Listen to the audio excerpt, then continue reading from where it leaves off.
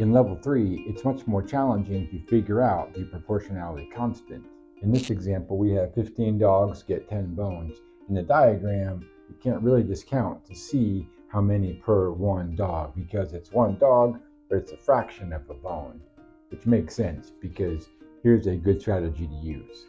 I could, first of all, keep track and just write down, if I write or think about the fact that dogs are more and bones is less, then I know that this number has to always be less than this number.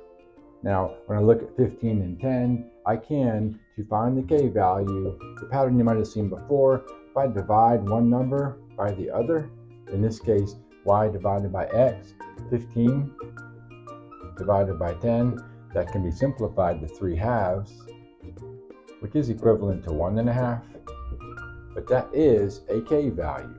So I could use that knowledge, and really, if you're writing this on your own paper, I could write 3/2 in here to help me.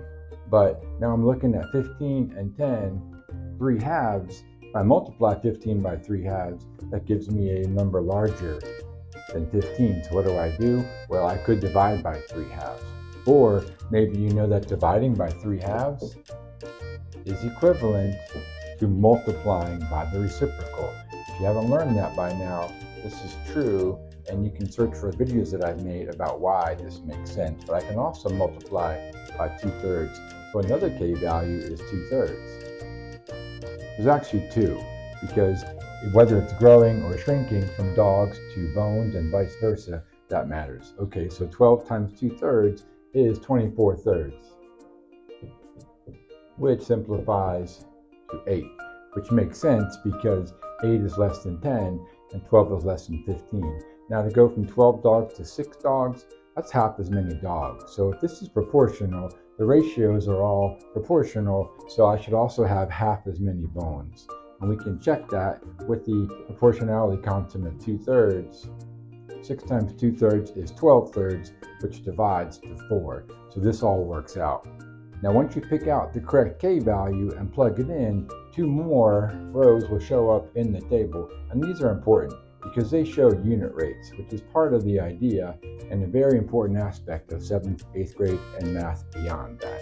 So for the unit rates, they're here. They're 3/2 and 2/3. So for every one dog, how many bones do they get? It's either 2/3 or 3/2, which can be confusing unless you recall there's always more dogs than bones. So it's got to be 2/3 here, and then the reverse is true here. For every one bone, there's more than one dog.